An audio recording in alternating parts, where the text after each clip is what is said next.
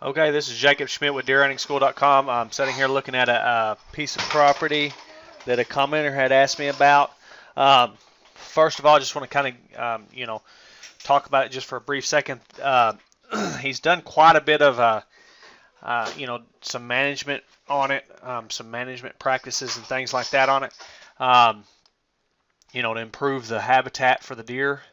I'm just going to kind of just kind of stroll over the area. Real quick here, just kind of so you can see. It's a pretty hilly area. This is off the property here. The property line's right in here, somewhere right in this area, pretty close to this pond. It goes up this area here, and you can see it's pretty hilly, kind of a deal. There's a power line on it. It's very, very hilly. He's got a creek drawn out somewhere right in this area. I'm assuming that has to be a dry creek, more of a runoff area. It's got some food plots and things like that on it. But as you see the terrain, it's fairly hilly. It's got some features, that the deer will use naturally. As travel routes and things, because of the terrain.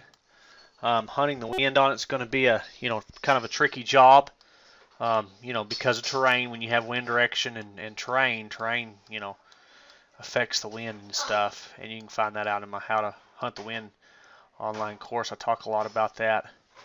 So I'm going to straighten this up and look at it from above and back out on it. And then we're going to take a look at this property. But that's pretty cool there. Being able to, back out, do that to the property, because we can actually get down and actually see how the deer are using it. Okay, I'm going to zoom in. I'm going to look here and kind of show some features. These are, most of these fields he's got food plots in, stuff like that. He's done some management in some what's called a hinge cutting in some areas up in here. And I'm going to zoom back in. And I'm not exactly 100% sure where he done it at from this angle, not from this angle, from this map here. But I know there was some up in here. He had some patches, a small patch in here. He's got this area right here set as a sanctuary. Okay, and it looks to me like that this area was logged or something, or it looks to me like there's definitely some different type of I guess it's a hill or whatever, okay, that I'm seeing. But that creek runs right there, okay. I'm going to go back out again.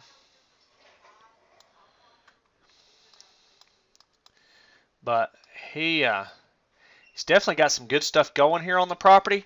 The main question, he was wondering how to, get in and hunt some of the bedding areas and stuff a little better. And it depends. From what I'm understanding, the areas around it and things are not pressured hardly. If this property is not pressured, there may not even be a reason to get in and actually hunt the bedding area. Now, you need to get closer to them at certain times and further away from them at other times. But I want to kind of talk about the management parts of it. One thing about managing property is deer have natural tendencies to do things. They like bedding on ridges, thick areas. They like using draws and valleys and things like that as travel corridors. They like cruising top of ridges and stuff like that.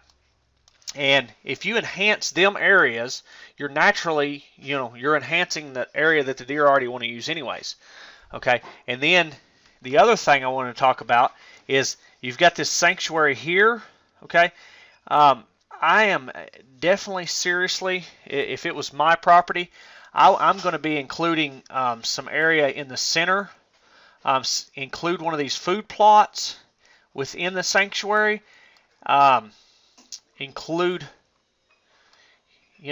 especially, and then when I find that sanctuary, what I'm going to include in that sanctuary, I'm really going to go in, since you've already been doing hinge cutting, I'm going to make it thick, include a food plot in it, and only go in that area, to maintain that food plot, and that's it, other than, shot a deer. Because the reason is if you have your sanctuary down here on your bottom corner, that's fine and dandy, but from my understanding when you're reading an email, these guys are hunting around here. They're keeping the hunting pressure and stuff off a lot. Most likely, most of these deer, if you do get big bucks bedding in this sanctuary, he's most likely going to just go down here. I mean, they will cross the power lines, but it's more apt to just go down here instead of crossing that power line to come into your property. So I would definitely put some area here in the center, more towards the center of my property sanctuary. Since you've got so many food plots, I would want to put one of the food plots as a sanctuary, do some hinge cutting, different types of things in the sanctuary to make it a thick area. And honestly, this might be a good area. I know you've got a road here, so you may, consider, from this road this way a little bit, or something like that, because you've actually got a ridge. That's natural tendency for deer to want to bed on that ridge. And you could even get it down to this dry creek. Another thing, if you've got this creek here, enhancing the habitat on that creek, which this is a dry creek. It's more of a runoff from what I'm seeing. It's more of a runoff, but you've got the creek, and creek is a good area because a lot of times the creek allows sunlight in anyways. So why not just go ahead and enhance what's already there and use what you've already got to help you, build up the area. Other thing, I know you've got bedding areas somewhere around in here. You've got this water hole. I'm going to want to enhance, the bedding area. If you've got something here, try to make it larger. Figure out where these deer and stuff are coming in and out of here. You could also do some hinge cutting in rows to, bottleneck them deer down as they come in and out of this water hole, because this area to me looks like it's going to be, if it gets dry, if you have dry weather, this, with it being hills, it's really going to be dry, and them deer are going to have that water. Unless you've got some springs and stuff on the property, they're going to have that as water source when it gets dry. So if you've got, bedding area, fairly close, and you can actually hunt in between that, that's going to be a pretty good deal. The other thing you've got on the property, in your habitat and stuff, these draws and things, deer like to use them as travel corridors, as travel routes, especially bucks as they're cruising and stuff, looking for does and things. Enhance them areas there. What I mean by that is, if you've had these draws, say that there's, you have a bedding area here, and I'm sorry I can't remember the picture you sent me. I tried to memorize as much as possible. But say you have the bedding area here, okay, and you have a bedding area here. You have this ridge. Deer should bed on that ridge, but you've got this draw, okay, that runs. Okay, so you have this bedding area here. I'm trying to get where we can see the terrain just a little bit, and keep it. Okay, so you've got it. Say this here, because this is kind of a hill. It's probably a decent spot for bedding area. Let's say you've got this as a bedding area and you've set it up as a bedding area. And you've got deer bedding on it. And say this ridge here is a bedding area. Okay, well, this draw that runs in here close by it would be good, to kind of enhance that, to help that, make that to be thicker, so these bucks are more apt to use that during the daytime, and they're feel much more safer as they go from this bedding area to this bedding area, and then come down here through here and go to this bedding area. When you're doing management programs and you have terrain and stuff like this, if you will think of how the deer use the terrain before you do your management and stuff, you will be able to, use some of these features, the land features that you have as far as the terrain goes, to help, bottleneck them deer down, because you can do, some block cutting, and by doing that, you can kind of block these deer to keep them from, okay, say the buck leaves this bedding area here, and he's going to this bedding area to check for does, to keep him from just cutting up the hill, for whatever reason, because sometimes they just do that. They just get a spurt when they're looking for does, and they just kind of cut back and forth. They may, boom, kind of take a shortcut. To keep him from doing that, you can actually, kind of bottleneck him down, and by doing that, you're by blocking him off, by hinge cutting some of your trees, you are also adding food that does are going to kind of feed up and down that, and that's going to entice him to follow that route more and more anyways, because you've got does that's going to naturally kind of gravitate towards that as a food source, and it's going to, and like I said, the buck, he's going to want to take that route more often because he's got does that's coming down through there more and more. So using your terrain and things like that as you start your management program, and I think you said you had just bought this property, hadn't had it very long or something, you've done some pretty good stuff with your food plots and stuff. I would definitely, get your hinge cutting. I've seen where you've done some hinge cutting. It looks like you've got some hardwoods. I would definitely do some more cutting on the property, and not, look like some of your cuttings were just, a blob here, a blob here.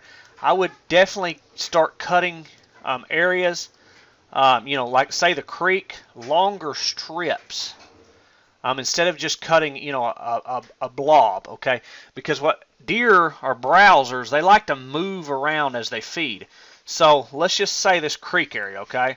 And I'm not exactly sure what the land, what's actually on the ground here. But I'm, so I'm giving some examples, kind of, with my imagination here, with some things. But other than, some small details you had said. But this here, let's just say this creek, okay? Now, if you go down this creek and you do some cutting, now you don't have to go and do a massive clear cut to provide some sunlight, to help some more sunlight get in and have some undergrowth pop up, okay? But you want that to be, instead of just a big blob here, and just your instead of just your food plots, come in, add some greenery by cutting longer strips, and do it in areas that deer are naturally like to travel in and naturally like to use, because then in that case, when that's the case, then they're going to they already want to use the area. They're already using the area because it's just natural to them. Creeks, a lot of times they'll cut up and down creeks, draws, they'll cut across ridges, stuff like that. Now, I wouldn't go and cut every one of your top of your ridges, and because then by the time you get done, you're going to have nearly your whole property cut. Which may not be necessarily a bad thing, but you want to leave them some mass crop too. And you may have to sacrifice, some of your mass trees, depending on, and I would, there's some of better quality and lower quality. I would take out, sacrifice a few of the lower quality, acorn producers and food producers for deer, rather than, and then that will also allow for your more. It will allow, when you do that, say you take out, cut some trees up through here, that, and you take out some of the less quality trees, say like some wet red oaks. Okay, you ease up through here and you cut some red oaks, or have somebody do it, whatever. And you've got, let's just say you've got some white oaks here and there. By taking them red oaks out, you do two things. One, you allow the white oaks to thrive better. Two, you allow some sunlight in to penetrate that ground to get it thick around them white oaks, where them older deer feel much more comfortable by feeding under them white oaks. Plus, you're allowing more browse as far as new greenery to come up when the sunlight comes in. So you're improving a lot of your property by doing that. There's a lot to it. This video here, there's no, of course, there's no way I can go into, every different thing you can do. But definitely, by looking at the area, and other things you can do, your deer trails, you'll know your natural deer trails. Now, one thing is a lot of your bigger deer, they don't take the bigger bucks. Okay, for some reason I don't know why. I can speculate on it. I'm not going to in this video, but but your bucks, for some reason, they don't take. They a lot of times take a awkward route. Your older bucks, for some reason, I don't know exactly. I have a theory on it, that what I think is the deal. But anyways, they like to take an off-beaten route beside your does. So you may have your really heavy paths, and the bucks for some reason like to take an awkward, a different route, kind of off a little bit. So as you have them routes and you see them rub lines and stuff, by enhancing them, all you're doing is making the deer feel safer on your property than on your neighbor's property. If that makes sense to you, because no matter, okay, this is about a 100-acre piece of property, okay, and you've got huge areas around, okay, you've got huge areas around this, okay. No matter if you don't have one single mature buck on your property, okay, the purpose is to have some mature bucks, but we're just going to say, by doing all this, of course, your goal is to have a mature buck on your property, at least, living on there partial of the time. Okay, but the purpose is this here. As you get into the rut and you've got does on your property, even if you don't have a mature buck, as you get closer to the rut, these bucks start cruising and looking for does. Well, when he does get onto your property, and it's a whitetail paradise, that deer is going to begin to use your property more. But the greatest thing about it, he's going to use your property more during the daytime because he feels safer, especially if you hunt it correctly, and keep the wind in when you're hunting, keep your scent and your wind and things like that. Keep your sanctuaries, make sense of them. Allow the deer to have, you've got these food plots. You've got several food plots. For this size property, you've got more than enough food plots. Allow the deer to have one or two food plots where no one is allowed to be on it ever, other than planting it, fertilizing it, whatever. And honestly, that would be my main food plot that I would, want to really boost up. I want to have, a type of food in that area where the deer have food year round. Okay, I want to have some bedding areas very close by where I know for sure that there's does there and they're not going to leave there. Okay, and I'm going to, and things like that where I know that area is for sure. There are does that are going to use that and stay out of it. By all means, stay out of that, and then hunt, around it. And I know you got this sanctuary here. Me personally, I want my sanctuary on a smaller property, more towards the center of my property. Now, I don't know. One problem you may have is because you may have problems gaining access. If that's the case, you may want to, get you some way that you can access this property. Well, you could walk through here. I don't know how your access is and how you're getting in and on the property, but that's that. But I definitely want a sanctuary in the center of my property. I don't have a problem with this being a sanctuary, other than the fact that it's more of a sanctuary for your neighbors than it is for you. That's the only problem I have with this being a sanctuary on the property, is that by this being a sanctuary, to me, I feel like you're helping your neighbors out more than you are you, which is good, to help your neighbors out, but, not trying to put a bad point out here by not help by being mean to your neighbors, but you know, I'm just saying that to me it seems like you're helping your neighbors more than than your self by the sanctuary being here, especially with a high line cutting it off from your property. You know, that's me, and that's being honest with you about it. I would definitely want a sanctuary in the center of my property. You know, I don't know how you access your property and stuff. I would definitely keep four-wheelers down, walk in. If you have to, you know, if you have a problem with mobility, if you have a four-wheeler, get you one of them, you know, type of golf cart things that's silent. Use that if you have to, you know, if you have a mobility problem, because this is your property, and I can guarantee you that you can make this property, you know, the deer feel much safer on it. That is your goal. You want the deer to feel safer on your property than they do your neighbors. I hear all the time that, you know, that you want the deer feeding on your property, and that is true. You want the deer feeding on your property, but you want them to feel safer on your property. You want them to, you know, feel safe by moving in the daytime, and by doing that, you want to give them deer really good, you know, barriers and stuff, where they have cover and stuff around them, and they feel safe, where they have escape routes, and they can, you know, get to cover quick, and, you know, and they feel safe, especially your older deer. Okay, now with the hunting pressure being low, from what I understand, these deer are going to move more in the daytime. That's just the way it is. They're going to be less nocturnal, and that's a good thing. You want to keep it that way.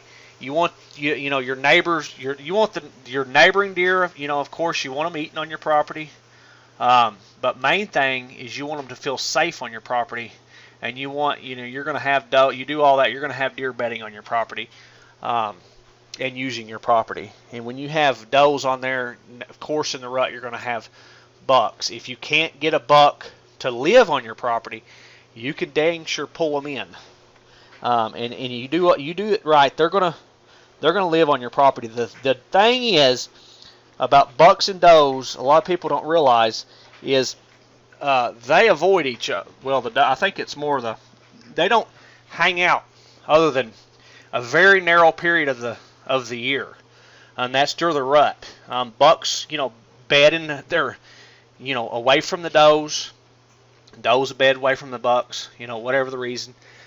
So, you know, knowing that there, you've got to realize that, and using trail cameras on your property is a must. You don't have a lot of pressure around.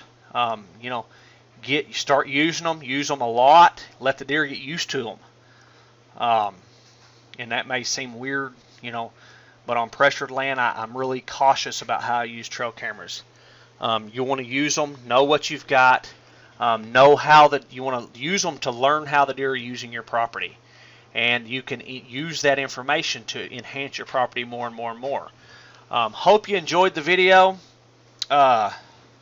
Rich, this is Jacob Schmitt with deerhuntingschool.com. Looks like you got a really nice area. There's a lot of logging around it. Around your property, where the deer, you know, can have, the deer should have a lot of thick areas and stuff around your property. You're going to have to compete with that. You've got a lot of food on your property, that's for sure, but they've got a lot of food too because of the logging. They're going to have a lot of thick areas and stuff around you, a lot of browsing natural food. But I think you're definitely, looks like you've got a, you know, you've definitely been doing some work on it.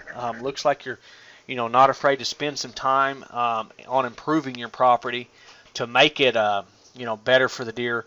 But, you know, look at the, you know, as far as deer movement goes, you know, they're going to use certain areas, you know, and I talked about them in the video. And also by enhancing them areas is going to help them use them a lot more. I don't know if you're a gun hunter, bow hunter.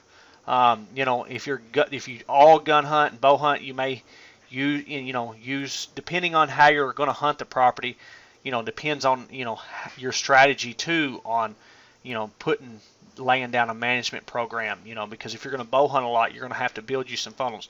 There's really no natural funnels on this property. This is what you call a big woods. There's no funnels. There's travel routes that deer will take, which is going to be your valleys, your ridges, your draws, stuff like that they're going to naturally take, and you can enhance that to make them want to take it even more by blocking off some deer trails, making it very favorable for them to use the trail that you want them to use, things like that. It's your property. You can do whatever you want with it, and that's awesome, to have that. And it looks like you're definitely, willing to put in some work on it.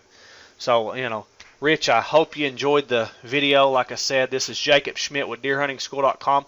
I hope everyone enjoyed the video. If you have your own property like this here, you can, be creative with it, do some things. If you need some help, get a hold of me. Guys, I have a new service that I just, released. It's a coaching and consulting live online deal where you can actually see my screen like I just done right here on this property here. You can see my screen, ask questions. I can find out for sure information about these properties and this and that. Say like here when I looked at this and I was like, well, that kind of looked like this or that. You can confirm. We can know for sure. We can, you can tell me, yeah, this is a road down through here, whatever, which I'm pretty sure that's a road. I can know what kind of how you're accessing the property, stuff like that, guys. We can lay you out a plan. Anyways, check out deerhuntingschool.com, guys. This is a new site. It really is very, very young. I'm adding stuff to it every day. I've been very busy with hunting and everything, guys. Soon as deer season's over, or as soon as I get done hunting this year and scouting and stuff, I'm going to put a lot of time into this and really getting the stuff more organized and everything. And it's really going to help you guys. But anyways, I'm adding services and things like that to it, and and it's all really to help you guys out with deer hunting, sharing some of my knowledge and sharing my knowledge. And like I say, I've said in many videos, I'm continuously learning. I won't never stop. I don't proclaim to know everything. I just know a lot more than the average hunter, and I'm out trying to help guys that don't know as much as me improve, and even some guys that know more than me, can learn from me, and I may be able to learn from them some. That's the way we all learn and develop and move forward. So anyways, like I said, hope you enjoyed the video. This is Jacob Schmitt with deerhuntingschool.com. Rich, you looks like you're doing good, buddy. Keep it up, and have a good day. Bye-bye.